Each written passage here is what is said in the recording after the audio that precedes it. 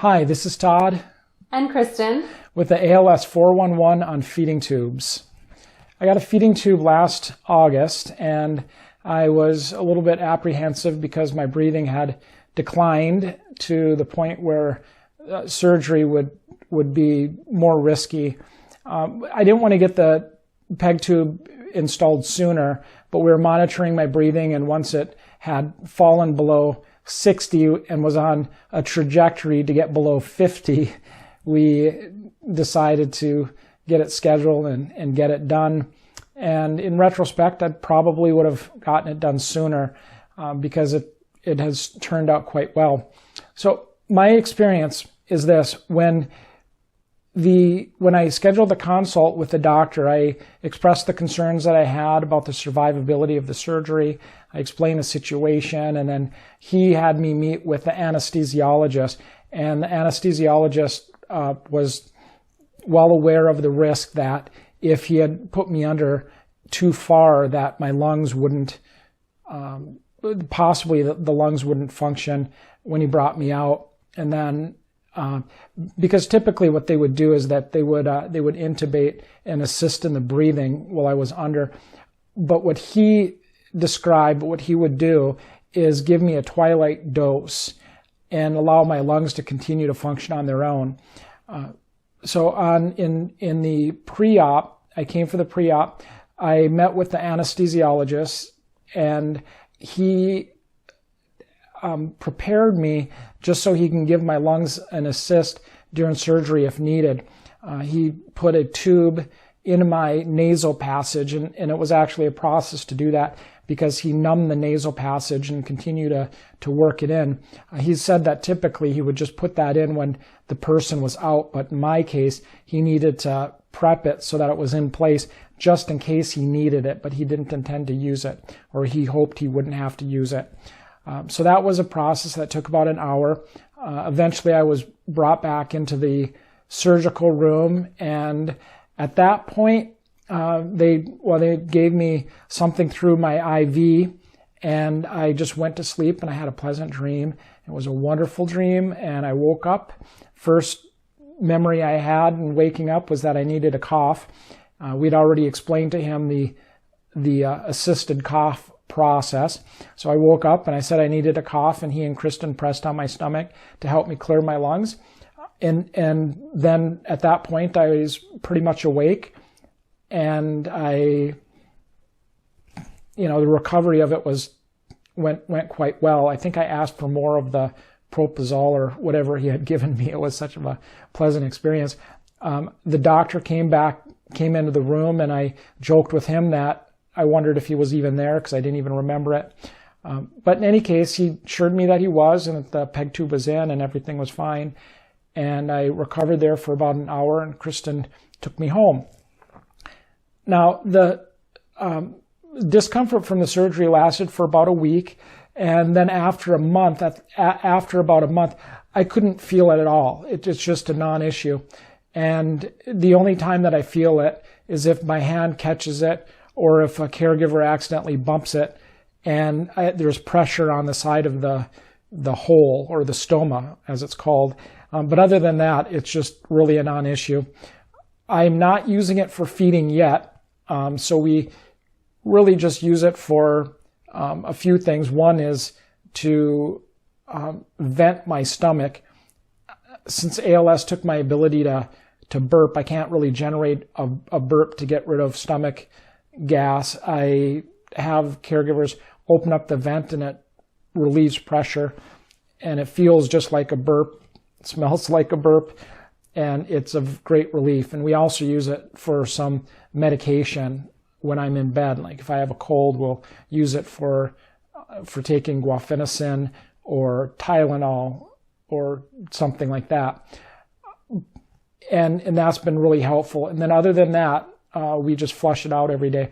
And there's a few things that we need to do for the care of it, and Kristin can explain that. So when Todd was going to get the feeding tube, I was nervous about what that would entail. New experience for me. And everyone told me it wasn't a big deal. The CNAs who shower Todd said not something I needed to worry about. But until you've done it, it's a little intimidating. And they were right. It isn't a big deal, but there are a few things that I wish I had known going into it. One is that I clean it every morning, and the residue, there's a little residue around the stoma every morning, and that just goes on forever, and it's normal, unless I guess it gets really infected. But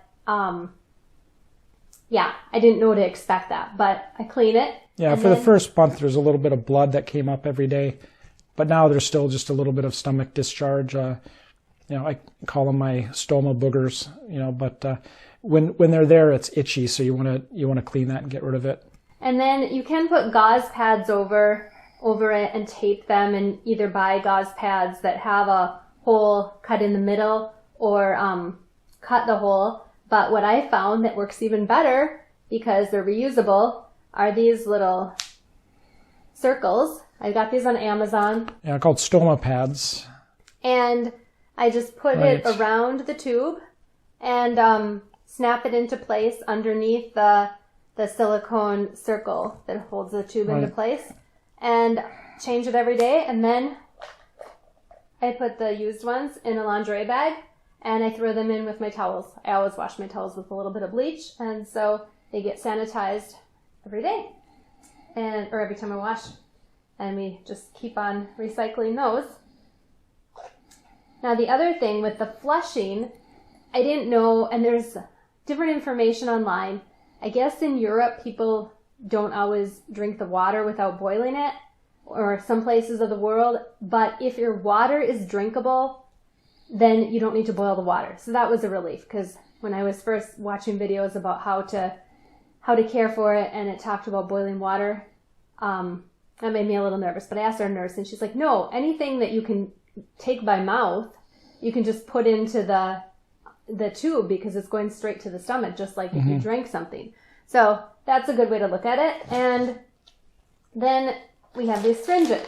And I was going through a lot of these at first, and then someone told me you can just let gravity do the work, and the water will drain down into the tube. Now, when you first open up the tube, you want to put a washcloth over it, because some of the stomach acids and gases might come up, and so you don't want to get those in anyone's face or on anything. So you put the washcloth over it, and then you vent the tube, and then you put the water in.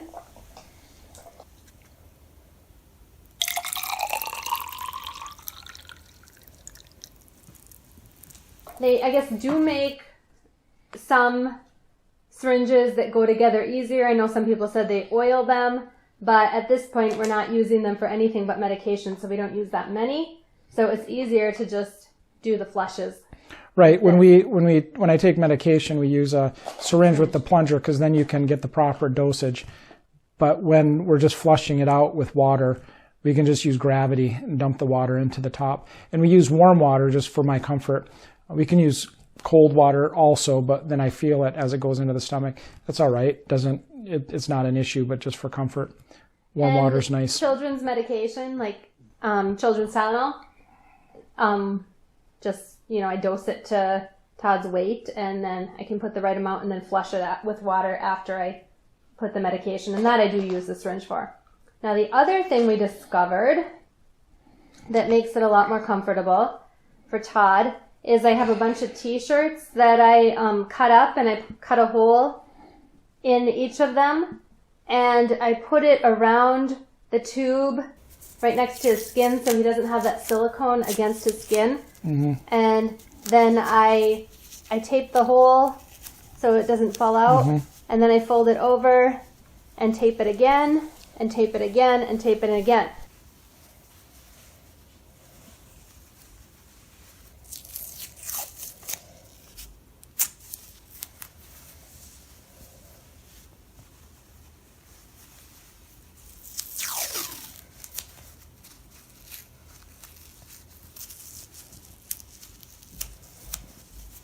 And then during the day, we just leave it like this. But at night, when Todd is being turned, then we tape it with... Yeah, I have my caregivers tape it down at night so that when I'm being turned, my hand doesn't catch the peg tube and put side pressure on that stoma. But yeah, I call it my peg tube pouch, we make a little pouch, and it just holds that tube and keeps it from making my stomach itchy. And I think that's about all we know about feeding tubes, because that's where we are in this journey. And thanks for watching. Subscribe to our channel. Follow us on our blog at nevastory.com.